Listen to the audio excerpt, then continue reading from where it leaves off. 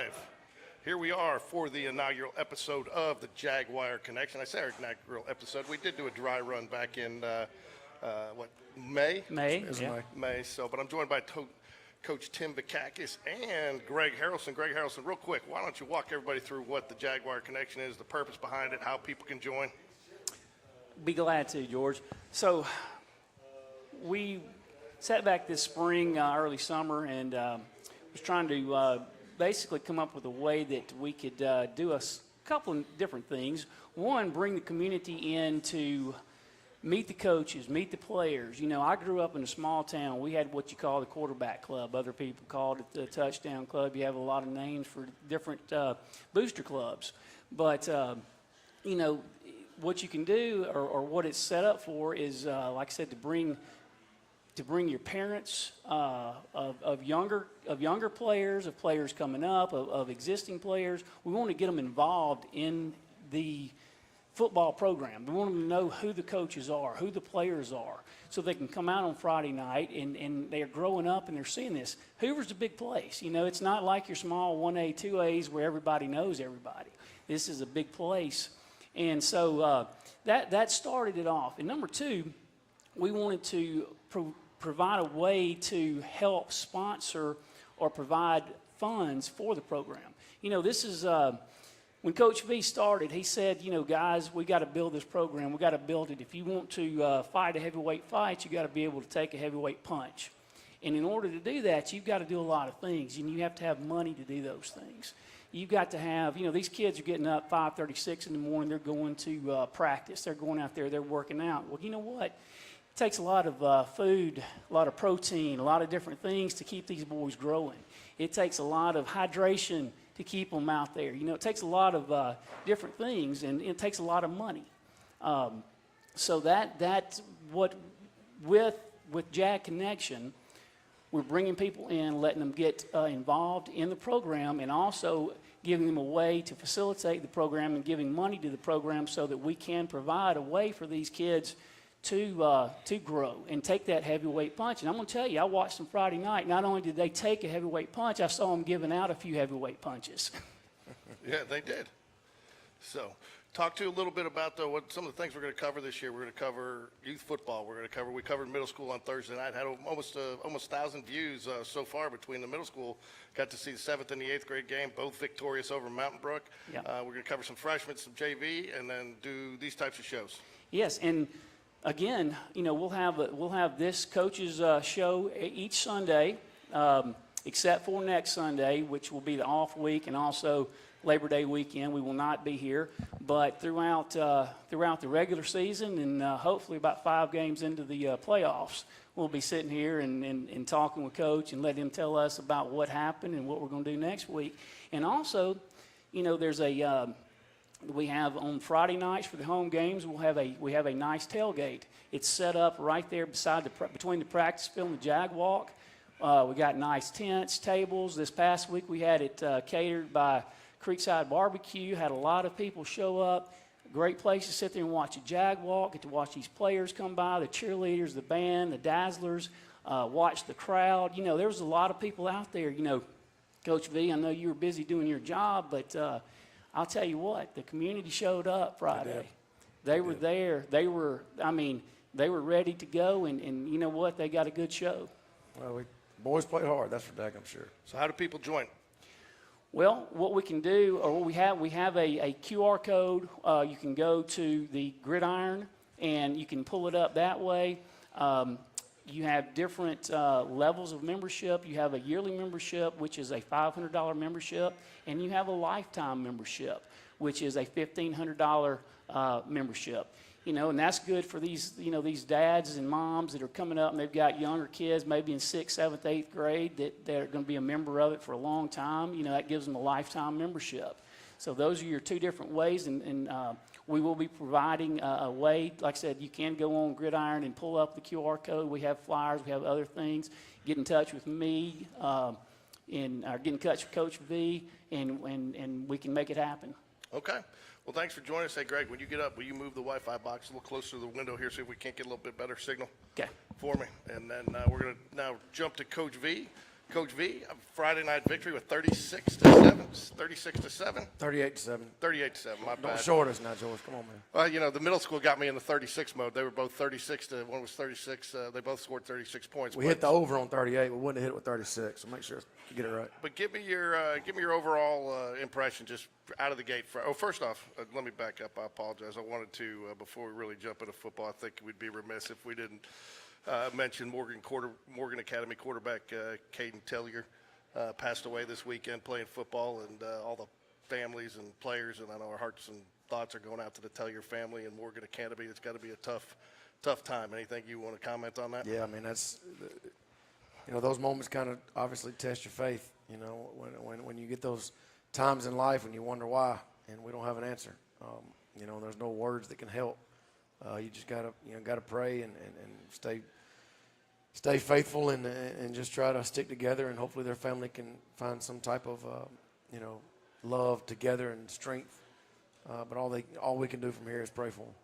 Yeah, one thing I did, and one of the reasons I wanted to mention that is, covering you for the last couple of years like we've had the opportunity to come out and watch you guys at practice, and of course you can't control situations like that happen at a game, but you guys, Hoover City Schools and Spain Park has really made an effort to implore more safety into practices in the game. For example, I mean, I didn't even realize that my son had played for a couple of years that we're using guardian caps now. And things like that. We're really not hitting quite as much and going full contact to try to keep him from getting as banged up. So talk a little bit about that, because I know over the last couple of years, several years, 5-6 years ago, football got a bad rap on, and it needed to get kind of checked back into the safety.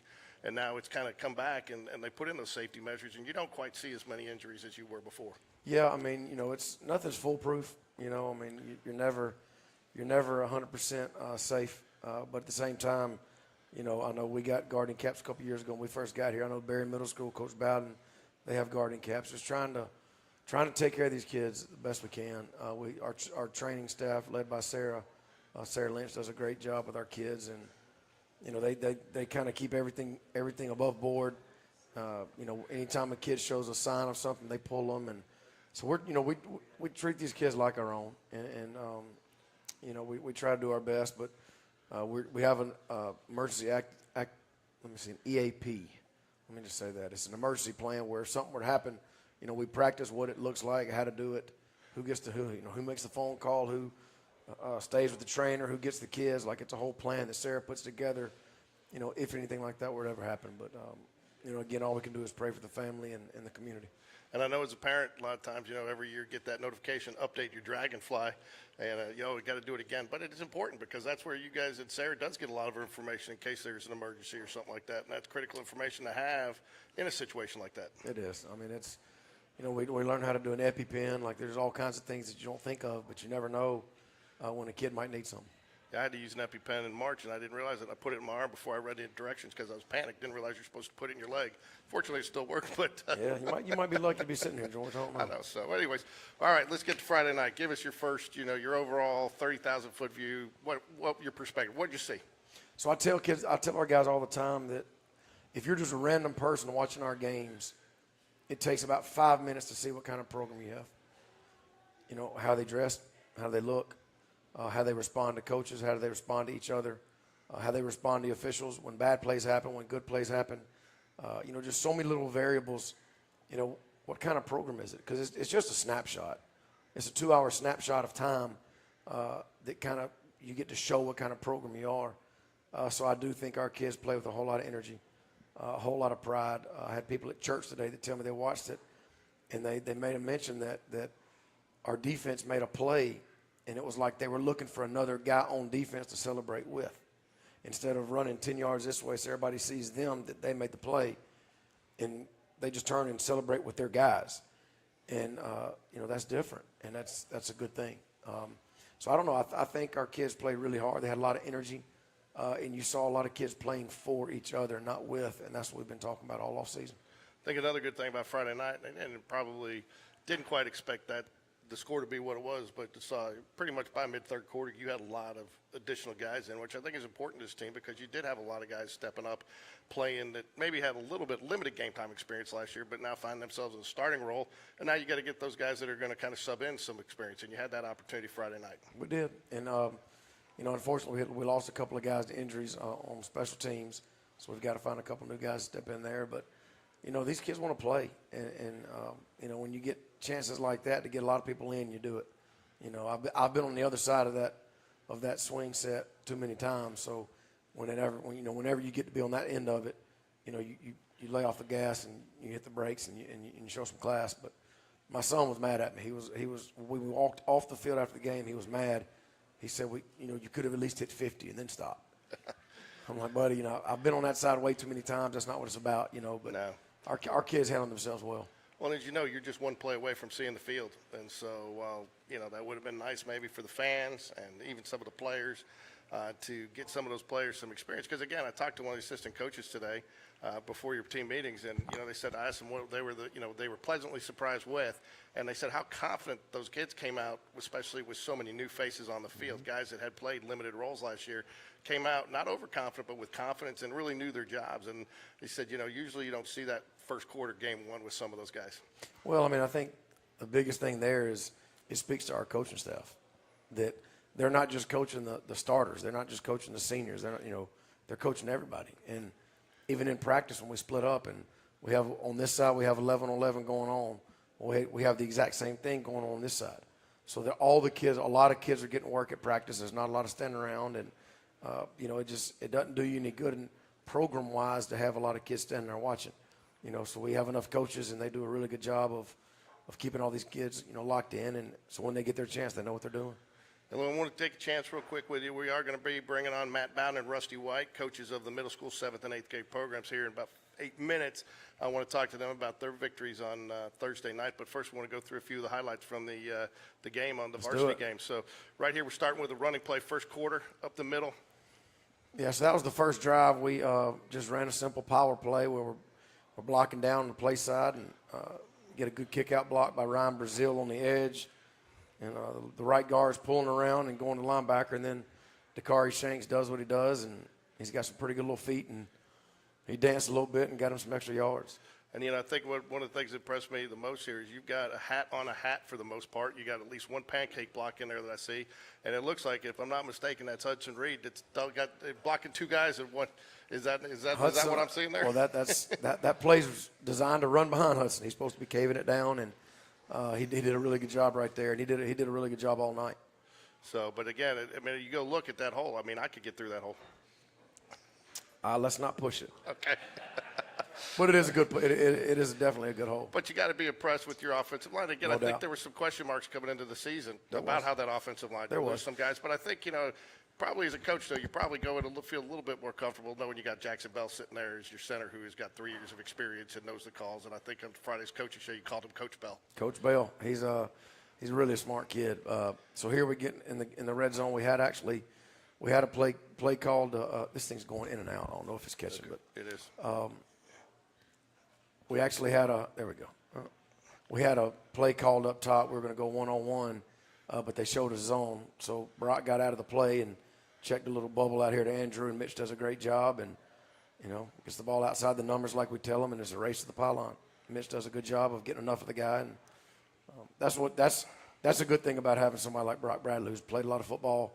He knows, what we're looking for. If they give us this, we take it. If they give us this, we get out of it and get into something else, and that's a good example of that right there.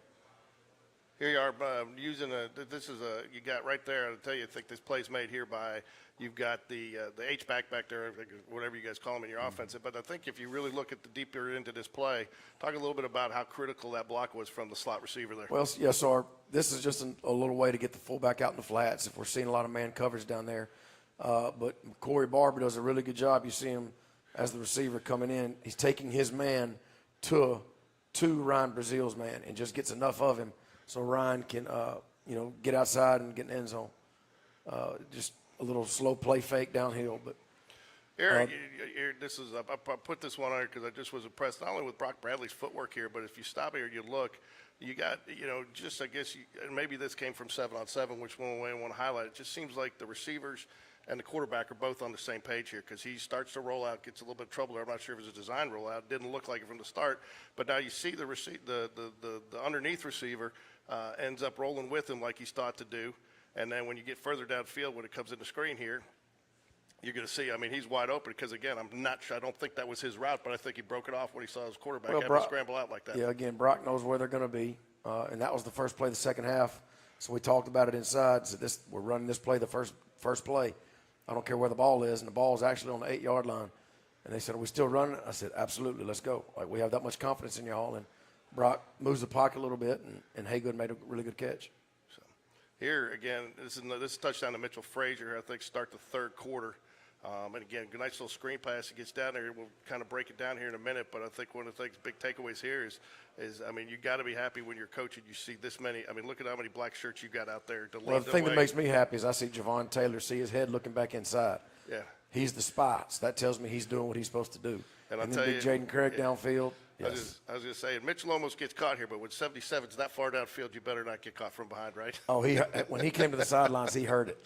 I mean, I heard that tent was on him. They were on him about you almost got halt. And Yeah, when you got big 77 down the field, you better not get caught from behind. I think I heard Tracy in the bleachers screaming, "You better run, Mitchell." This was a big play. You know, I want to talk about this just a little bit. You go down, you stop them, you have a nice drive going, you have an unfortunate fumble on your first drive. But, you know, you've kind of even on the sidelines down there felt a sense that defense was going to go get that ball back. And Yeah. you didn't feel any panic, you didn't feel any worry, you didn't feel any disappointment. And, you know, the other thing, you're talking about the team, saw no frustration, nothing. You know, everybody picked the running back off after he came off the field. If you see the play where CJ fumbles in the end zone, see he's laying down because he feels terrible, and you see Hudson Reed lean over and grab him and pick him up. Yep. Like, let's go. You know, he comes off the sidelines, and we all loved on him. We said it's going to be fine, and the defense got the ball right back for us. Hagan Holly up top does a good job of sitting underneath that route. And look at that. You got every guy looking at the quarter. I mean, every guy on this in the defensive backfield is looking at the quarterback, knows where his eyes are.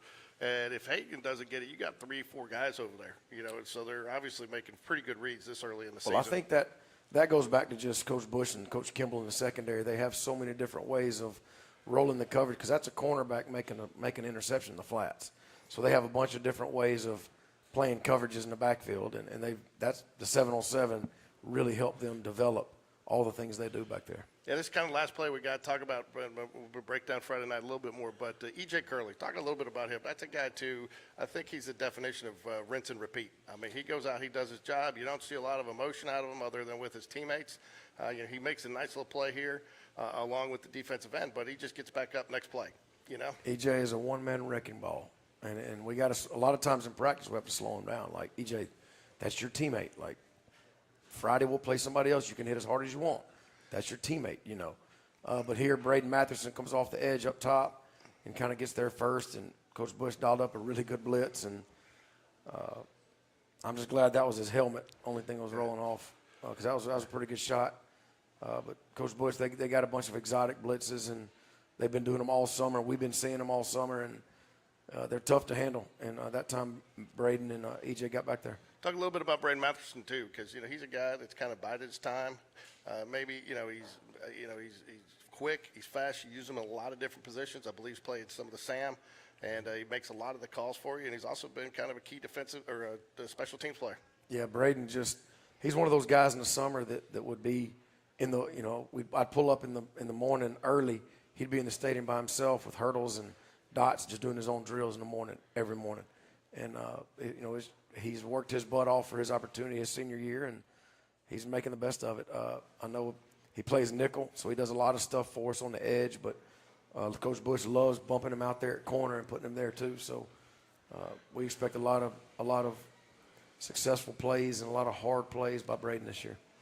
Anything you want to hit on Friday night before we bring up Coach Bowden and Coach White? I think it was just an awesome atmosphere from the new band director, Mr. Ellis, to the dance team, the youth cheerleaders were out there before the game, and the band had some new twists, and our kids loved, and it was a great environment, and that's what we're trying to get for our kids. It's just to provide them the best environment we can, and we're trying to do our part on the field of giving them something to be proud of as a community and represent the families in our community the right way, and we just really appreciate everybody who came out, and hopefully we can keep this thing going.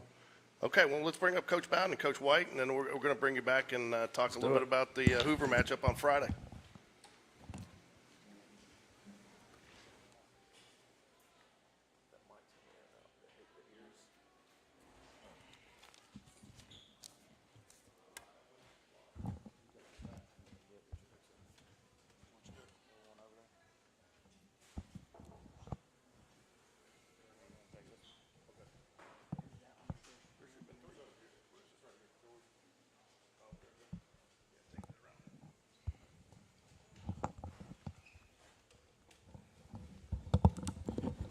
leave it to Harrelson to mess things up. There you go. He took the headset all the way. You know, I had it all lined up 1, 2, 3, and he took it all the way over here to out in right field. So, if anybody is worried about there is a little bit of an internet lag going, I apologize for that. We'll get that fixed kind of next week. First game, and we got to find a better position for the Wi-Fi, but we will repost the broadcast, so if anything you miss, you can see it then. But gentlemen, welcome. I'm joined to my right initially, directly to my right, Coach Rusty White, 7th grade head coach, and then Coach Matt Bowden, 8th grade head coach. But you guys talk real quick. Tell everybody how you guys kind of work, because your staffs are blended. Matt, you help with the offensive line on 7th grade, and Coach White, you do some stuff with some position players on 8th grade. So, Coach White, why don't you kind of fill us in on how that works? Well, when I first started at Berry, we had 2 separate staffs, and we had a few more coaches than what we do now. So it was a little bit more separate 7th grade group and 8th grade group. But here recently, probably in the last 4 or 5 years, we've kind of combined, kind of all working together. Coach Bowden has been working with 7th and 8th grade line. I've been working with quarterbacks and running backs for both 7th and 8th grade, calling the offense for both. So I think it's kind of helped us kind of get on the same page, and that transition from 7th to 8th grade. A little bit more smooth than it was before, and so we all really work well, and hopefully that continues on from 8th grade up to 9th grade as well. So I think it's been a really good system. I'll tell you what, if you're working quarterbacks, Coach, you got to be very pleased with the performance on Thursday night. I mean, several touchdowns. You had you had a nice pass, which we'll see here in a minute, especially in the 8th grade game. Kind of nice hits him in stride. Yeah. And you were committed to the pass early in the 7th grade game, much earlier than you see a lot of 7th grade teams commit to it. I think that's something we do a lot more than what you see a lot of in middle school. I mean, there's some great teams around the league that throw the ball around a lot, but that's something that we've kind of committed to, probably over the last 10 years or so. And we participate in several 7-on-7s, during the summer, and we see what the high school does, what Coach V is doing up there at the high school with the passing game, and so we try to do the very best we can to kind of follow along what they do and implement what they're doing, and kind of a watered down version, but we want that to be a part of the game. We want them to be ready for the high school when they get up to that point. Just like Coach White says, going back to the staff, I mean, we've done it, one staff for several years now. I run a lot of the day-to-day stuff. Coach White does the offense. I do the offensive line and help with defensive line as well. And just really great group of coaches that mesh well with each other. We've had the most of the group intact for several years and know each other, and just a group of kids that love the kids and want them to be successful and want Spain Park to be successful. So proud of the group we have and the kids as well. I got to think from a player standpoint, especially in the quarterback position, having that consistency of the same coach who has you doing it and gives you that opportunity. You coach them in 7th grade and you get back up there and you're still working with that guy to build on what you started in 7th grade rather than almost having to start over. Is that what you guys have found? Yeah, I think that works out perfectly for us. We can kind of, work the things we need them to learn in 7th grade and kind of progress to a little bit more, advanced things in 8th grade. And, depending on the quarterback, I think we have some good quarterbacks in 7th grade this year. We can kind of work a little bit further ahead than what we could, if we didn't have anyone or a quarterback that may not be as talented or may not have the arm talent yet, or but I think that does help with the transition for sure from 7th to 8th grade. Not only quarterback, you see that in the lines as well. The continuity we have and just gelling with each other, and so it's great to get to work with them for 2 years, see them develop. And Matt, you're not only you're a little bit of the everything coach, softball, tennis, football. But Yes. One of the things that impressed me covering the game the other night was the numbers seem to be coming back in middle school football again. I think some of that comes from some of the safety protocols. Are you guys feeling the increased participation? Are you starting to see that happen in football? Yes, we have. We've had about around 50 per team, give or take, 4 or 5 each year. And as y'all talked earlier with Coach V, we did the Guardian Caps. We made that investment this year as well. And I think we, just try to teach safe tackling, blocking, and playing football and doing it the right way and develop them to get ready for high school. All right, Coach White, break down the team's win on a little bit of what you saw, what you're pleased with, and what you think you got to work on heading, because you play tomorrow night against Hewitt Trussville, correct? Thursday night. Thursday. Night. Yeah, we got a little time to prepare for them. Okay, but to give us kind of your breakdown, your assessment, what you liked, and what you think you need to prepare for this week. I was really pleased with them. You never know what you're going to get with 7th grade football and the Jamboree, but I thought overall, I told them, I don't care what the score is. I want to see you lining up in the right place. I want to see you knowing your assignments, and I want to see you going out and competing hard. And I think for the most part, a few penalties here early, but I think overall I was really pleased with their discipline and where they're at. So I'm proud of them for their win. One thing I was proud of, or just was impressed with the players, is there was a lot of penalties in the first half, which I think is not uncharacteristic for a first game, seventh graders too. But your staff seemed to make some pretty good adjustments and have some good conversations, and they responded. The penalties seemed to go down in the second half. Yeah, they did, and that's what you want to see. And a lot of them are, you got players that have played for years, and you got players that this is their first year, and so you expect that a little bit, and the goal is to just improve. And I think they did from the first half to the second half, and we can definitely build off of that. I always say biggest jump and improvements week 1 to week 2. What are you looking for to improve? Well, it's going to be a tough test. Hewitt has a great 7th grade team, and watching them on film, they've got a good running back and good quarterback, and Coach Bromley over there does a good job with their program. So it's going to be a really good test for us. But that's what I told them after the game. From week 1 to week 2, we definitely want to see a big improvement in not just penalties and knowing what to do, but playing harder, playing more physical, and they're definitely going to need to do that on Thursday. Defensively, you had to be pleased too. I know you gave up the shutout, or you gave up the shutout. Matt, you gave up the 7 points, so sorry. Yeah. But you had the shutout. But again, defensively, no busted assignments really. Everybody seemed to know their roles, and your defensive ends seem to be living in their backfield for a while. Yeah, and the funny thing is that the guys that are playing defensive end right now, well, one of them has never played football before. So this is his first year, so he's really raw, Demarion Terry. And one of the plays I think you have drawn up, you're going to see him. But great athlete. He's just got to learn the game with more experience. I think he's going to be really good. Matt, what about you? Takeaway, we'll cover the plays here at the end. We'll hit them all. But give me your overall. And again, both y'all's games were, I think, 7-0 going into half. Pretty close. I think you scored and you were up 13. 13. Yeah, but they made it 13-6. But they were close games, and they were close games until then you pulled away, but you fought. But I mean, take away your overall assessment and what you think the team needs to improve on this week. I was happy for them. I told them before the game they're going to make mistakes, and we made our share of them. But things we can correct, and we'll start correcting them tomorrow during practice. And I was very proud of them. The energy was good. My 8th grade group I don't believe they ever lack any energy, so they were ready to go, and they're a good group, and just focusing on getting lower on the line of scrimmage, using our hands better, and just making plays. When you're realizing the benefit of kind of what we're trying to picture with the Jag Connection in the community, because that group has played a lot of youth football. I believe they started in 2nd grade together, so a lot of those guys have been playing together for a number of years, and now they're in 8th grade together. And so you're kind of realizing a little bit of the benefit of this team with what they've done through the JYSFL football program and through 7th grade with Coach White, because you guys played in the 1-seed game last year, correct? Correct, And, yes. so this has been a pretty strong group of kids that are pretty tight-knit. They are. I heard your broadcast after our game the other night, and you kept on hitting connection, talking about our game being played, the youth league right behind the stadium, and you can see the connection being built right now. And our kids I saw all our kids Friday night at the football game, so I'm excited about what we're building here at Spain Park and being a part of that. Maybe it's just the way you guys, Coach White, sub people in, but it felt like, too, this is probably one of the deeper teams, talent-wise, both of y'all, that I've seen.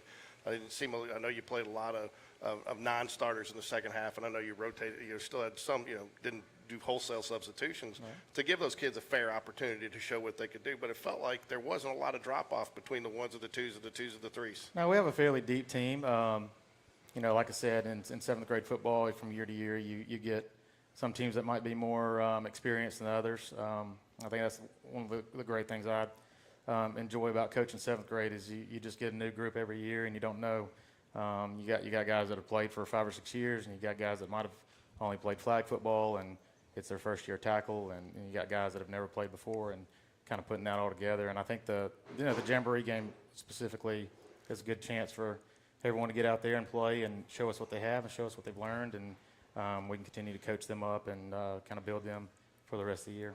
Matt, while it was billed as a Jamboree game, because that's kind of what it was designed to be, it was really, though, not a typical Jamboree running clock, things like that. It was a true football game. Yes, sir. And you guys both went 1-1s pretty much for the first half, and then agreed to play a little bit more in the second half. And again, that wasn't necessarily, if you played in the second half, you weren't 1.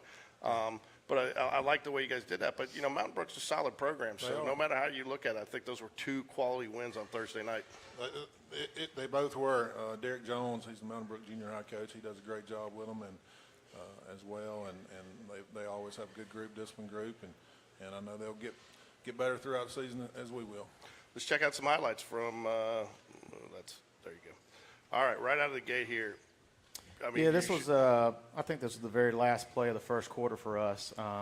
Clock was winding down, and I just wanted to make sure we got another play off before the end of the quarter. Good little throw and catch here from Ben Tate to Nick Morris.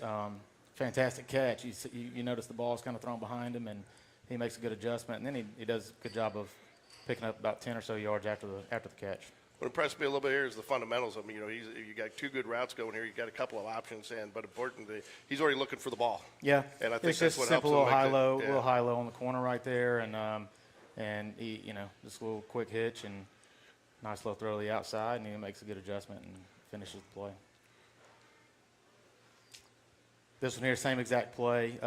This is Harrison Richburg, quarterback for us, throwing it again to Nick on the same exact play. So at this nice. point, at this point in the game, you had some success running. Is that what you felt kind of helped set up your passes? Yeah, a little bit. I mean, we just want to mix it up. See who can do what, and put them in different situations to just give them a chance to make plays. This one I put it here for 2 reasons. One, nice little rollout here.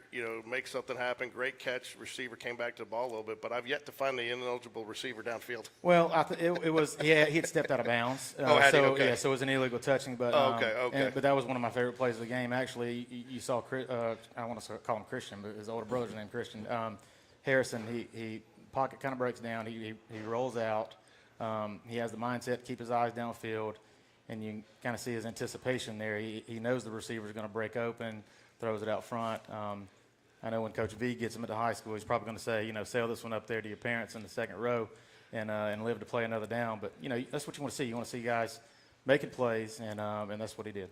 Well, he recognized the receiver, too, was behind the coverage. Yeah. If you throw it deep there like he did, there's only one guy that has a chance to catch it, Right. and that's your guy. So, I mean, I just thought that was uncanny awareness from a 7th grader. Yeah, absolutely. So, but I didn't realize he stepped out of bounds. All we heard was the ineligible. We thought it was an eligible receiver. Here, it's just a nice. I think it's your first one of your touchdowns here. Yeah, just simple power play. Good job out of that right side blocking down, and the F back got a good block there on the edge. That's Dawson Lee. Yeah, we kind of highlight it right there. Yeah, Dawson's a little bit smaller, but he plays a lot bigger than he is. And he's probably pound for pound one of the strongest guys on our team, and has good speed and smart, and had a good run here. One of the things we talked about during the broadcast, I don't know if you heard it or not, was just we were impressed with the fundamentals of the running backs. A lot of running backs at this age, they get the handoff, they want to go straight wide right out of Right. the gate. Now you're giving that defensive end.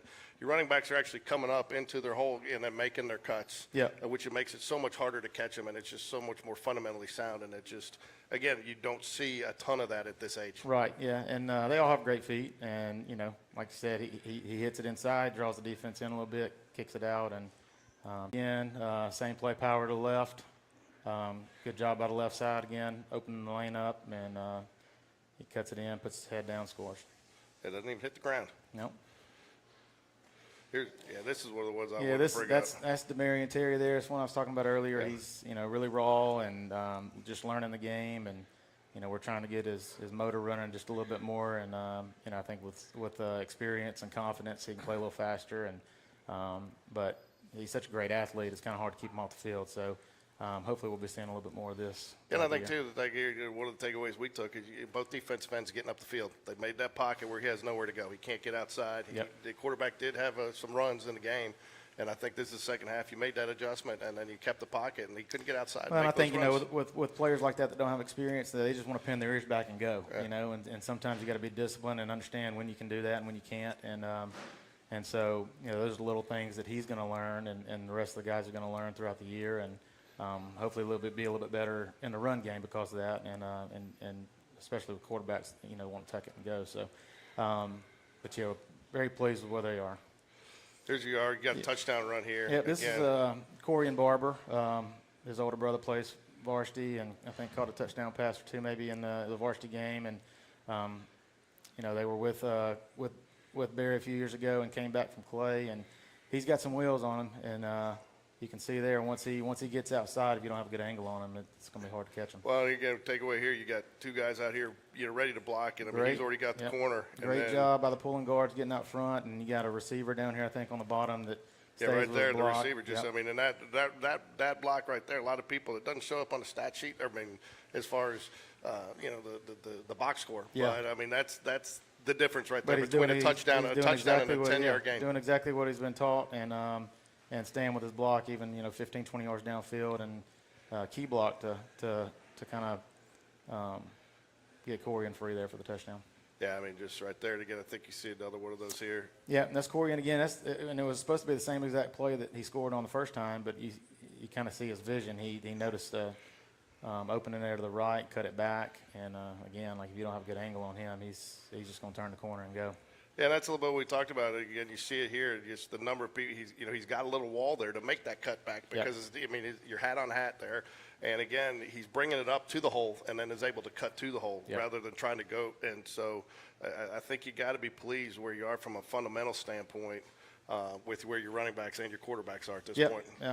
Some really good stuff in the jamboree, and hopefully this week we'll have a good week of practice and get ready for Trustful on Thursday, and kind of build off of what we saw this week. So, got some more 8th grade highlights here for you. So, Matt, you got this. This textbook tackle here gets his head out in front. That's Cohen Jackson. I think he had an interception in that next series, I believe, as well. I mean, Great job. I mean, look Just at it right there. wrapping up. Head out in front, hits with the shoulder like ball. you're taught, safety, runs right through the guy, Legs and, keep running. and legs keep running, and just a great fundamental angle and tackle there. Yes, sir. A little power play right here. That's Jameer Hudson.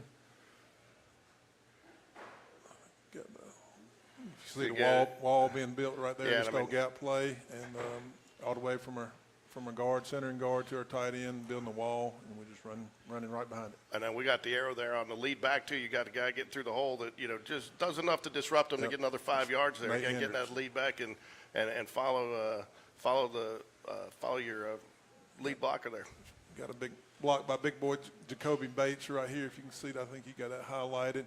Great job right Yeah, there. look at He's going to be a handful. He already is. And again, a nice size hole there. When you give your running back that size hole, you give him some options. Yes, sir. Some options, and that gives you the opportunity for the cutback we were talking about earlier. That's Jameer. This is one, I think, and I messed up the camera a little bit on this one, but I believe this is the touchdown, Yes, the to go Madden. route. Yes, to Madden from Kramer to Tubb. It was 3rd and long, and Rusty had some protection in right there to let us get that off, and Kramer made an awesome throw, and Tubb, that was his And again, Kramer's first catch, wasn't it? Yeah. so. He didn't play with us last year. This is just one of those, just never let your feet stop going. I mean, he's kind of tackled up there. That's probably, I think the Mountain Brook coaches probably wish they'd have that one back a little bit. But you got some downfield blocking there. You got some help. He's got some help down there, He just enough does. to shut him off him, and he keeps going. That's Caden Hill. He's had a great fall offensively and defensively, and you can just see the legs just keep running. All right. Okay. And I think we got one or two more here. I believe this is Malachi Davidson's touchdown, another power play. And he's been trying to hit it outside all fall. We've talked about, finding the blocker and having vision going back, and he cut it back right there and ended up paying off for him. And again, one of the things I think you take away, notice is these a lot of confidence in your skill players. And, they hit those holes hard, trusting that they were going to be there. And again, you got a downfield block there from a wide receiver. Awesome. The Look at that tackle block. Yep. Great job. takes them all the way out of bounds, and I mean, that's your last line of defense. If he's gone, it should be pretty easy to score, right? Yes, sir. Hey, Coach White, one thing I wanted to just mention is that being a father of a special teamer for a number of years, I mean, commending to both of you guys for your commitment to special teams, especially at the 7th grade level, to go ahead and try that kick. And, We got a good kicker in Dylan, and he's been working on it a little bit last couple of weeks. I know he kicked for their team last year, and I told him, I said, every time we score this week, we're going to kick, and so be ready for it. And that's, we've had so many games throughout the years and we've had the blessing of having so many great kickers throughout the years, where we've had so many games that have ended up 1-point games because we were able to kick a field goal and the other teams weren't. So that's something that we take pride in, and making sure that we have that opportunity to kick field goals, extra points if we need to. Really hate that the rest of the special teams kind of gets voted out every year. I mean, we enjoyed the kickoffs and the kick returns and things like that, but Yeah, we've the even talked points about are it. great. Even the NFL's coming in creative. Figure out a way to do a punt with no rush. And they just got to catch it and down it. Or Yeah. just to give those plays. There are certain players and certain. Again, my son, a perfect example, was he played a little bit, played tight end, but then ended up becoming a long snapper in high school. There's, you're not going to develop those positions if you don't have it at the There's middle so school much level. value to it, and and they have to be prepared for it when they get to the high school. And I think that's one of the reasons why we always vote every year to have the kickoffs and kick returns and the punts, but it gets voted down. But when they get to ninth grade, they're going to need to know how to do it, and we wish they could do it in middle school in our league. But Just provides opportunity for more kids to get out there, also to build that confidence and, hey, I can do a job and take ownership in that role and do a great job on it and help the team be successful. So you guys got Trussville on Thursday night. Always a tough opponent. And again, just so people are clear, middle school stayed Metro, and the Metro did not change like the conference for the high school, correct? Correct. We have 12 teams. We lost Helena and Chelsea. They're not in it anymore, but we've got 12 teams in the metro area, and we have Hewitt coming 5 o'clock for 7th grade and 6:45 for 8th grade again. And you are at Spain Park on Yes, sir. Thursday night? Yes, sir. All right, so 5 Y'all o'clock come out and kickoff. support us. And just so people, they always ask, you're on the home sideline for those games, because everybody goes, why is Sperry on the visiting visiting, sideline? But if you stand got to out there- broadcast, if you got to broadcast the games or sit in the stands, you know why? Because if you're coaching, you don't want to be looking in that sun for the whole game. So right. for Barry games, that is the home sideline. That's that's right. correct. So Can't see the field at 5 o'clock out there. so real quick, what's your expectation? I mean, what are you looking for? well, they're going to be tough. They have been for the last 2 or 3 years. We've played them in the championship game the last 2 years in 7th grade, and they have great program, great players, and for us, I think it's going to come down to tackling. That's what I told our guys. I said if we're going to be successful this year, it's going to be, how well do we tackle defensively. And so they got a big running back that's strong. They got a couple of big kids, big receivers, and quarterback that has a good arm. So it's going to be a good test. I just want to see our guys play hard and tackle well and block well and be in the right places, and I think we'll have a good shot. And Matt? Same type things. We talk each week. They better know they played us. And they will when we lead the field, and we're going to get after it and compete and try to be heavyweights, as Coach B talks about. That's we talk about that a lot down at the middle school, and getting that attitude that we're going to come out and take a punch, but also throw a punch and get after folks. So that's what I'm looking forward to seeing. And, last thing is, I don't know if I've ever seen a middle school crowd like I saw Thursday night. I mean, those stands were packed, so want the same exact thing, Yes, sir. this Thursday, because Y'all it come is out. It's a Hewitt big one. Trussville is a big rival, and I'm sure they're ready to get some payback after what varsity did to them last year. We had the situation in the spring, and so there's definitely some rivalry blood there in this game. Yeah, come out and watch some good 7th, 8th grade football. All right, thanks for joining us. We're going to get Coach V back up here, but go Jags. Thank you, guys.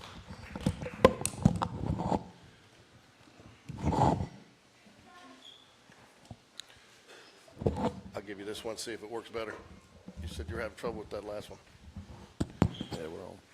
Can you hear? Yep. One thing I got to say about the middle school game, when I came up there at for the 8th grade game and hung out with y'all for a little bit, there was about 7 of our freshman kids to my left, and when one of the 8th graders made a play, they were going nuts. So just to see our 9th graders cheering so loud when an 8th grader made a play, that was a cool moment for me to look over and see that. Okay. It's a good thing, man. We got a lot of good people here.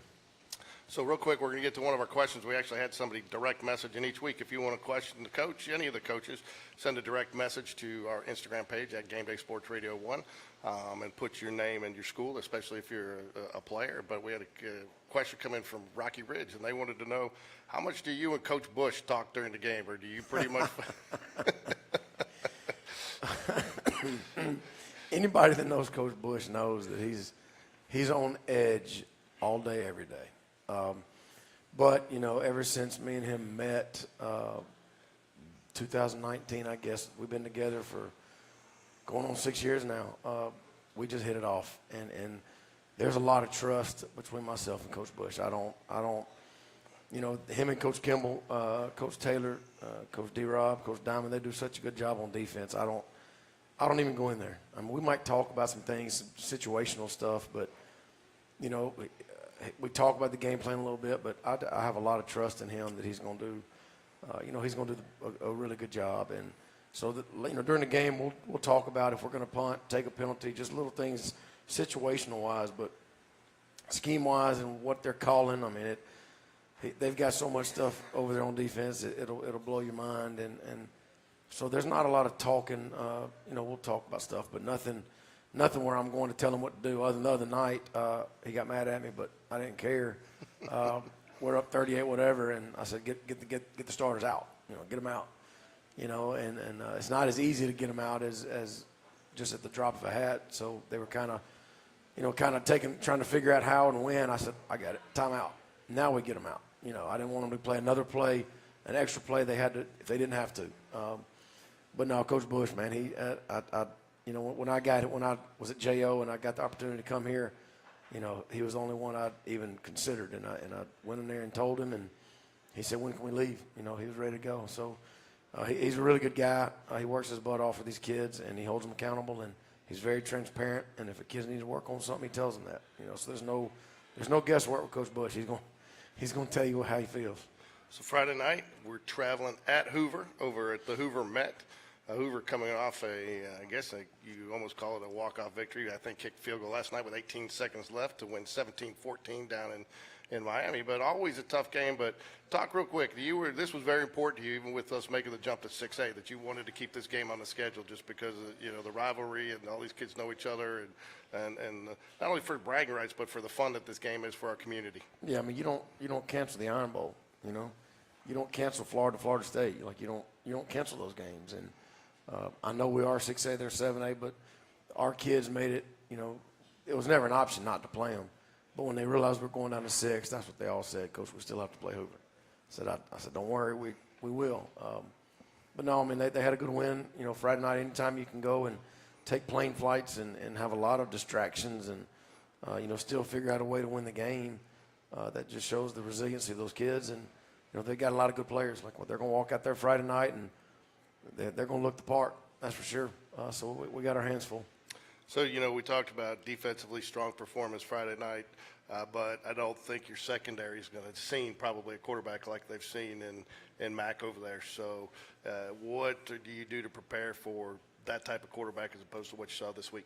Yeah, I mean, I don't know if you can. You know, those receivers, I don't know if you can really simulate that in practice. You know, you just got to, you know, play the ball and do ball drills and, you know, you're not going to be really to out-jump them, but you better know how to rake their arms if you can't get as high as they can get. So there's a lot of little things you can do, but, you know, our kids just got to go out there and compete, and I have no doubt they will come Friday night. What does having a Brock Bradley, who is so good in the pocket and passing, help you prepare for quarterbacks like that? I mean, typically I know you run a scout team, but can you run him in that situation to prep your defense? Well, I mean, they've gone against him all summer, and Coach Bush keeps saying he can't wait to, you know, I can't wait to play somebody that's not Brock because he's tired of seeing Brock, you know. And but no, that does prepare the kids for that type of elite arm. And you know, the kid they got over there transferred in from Gardendale, he's a really good player and he's a great athlete. He's also their punter, so that kind of gives you a couple of, you know, little wrinkles possibly they could do. But it does help to have somebody like Brock. But even our scout team guys that are, you know, like Nash Davis and Drake Hibbert, you know, Hudson, you know, those guys are giving really good looks as well. So I don't know. I think we'll prepare our kids as much as we can. You know, but at the end of the day on Friday night, they got to make plays. What is your and not only do we have the game Friday night, but the big can drive that goes on each week, right, for the schools, and that's a big competition. They'll be announcing it throughout the game, Craig. Yes. So anybody out there watching, what do they do? Send their cans with their kids to school or whatever? Yes. Canned food drive. Yes, the Hoover Helps, and I got to say that the Hoover Helps program has very recently helped one of our own kids that we know that needed it, and they delivered over $500 worth of groceries to him one night.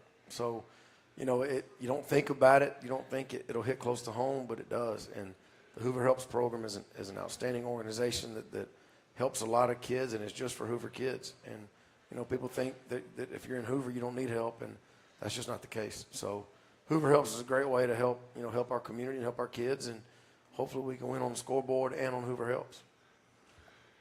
So we want as many students. We want and talk about that just real quick too, because I think that the students. I was actually not only impressed that we had so many students there for an opening game, but that they stuck out throughout the entire game. I mean, especially when the score got a little lopsided. Yeah, it was funny. Dr. E came and sat by me at lunch, and she said, "These kids are excited." I said, "Yeah, I know. I just hope they make it to kickoff." You know, I thought she was talking about our kids. I'm like, "I know. I'm just trying to get them to, you know." She said, "No, I'm not talking about them. I'm talking about the students."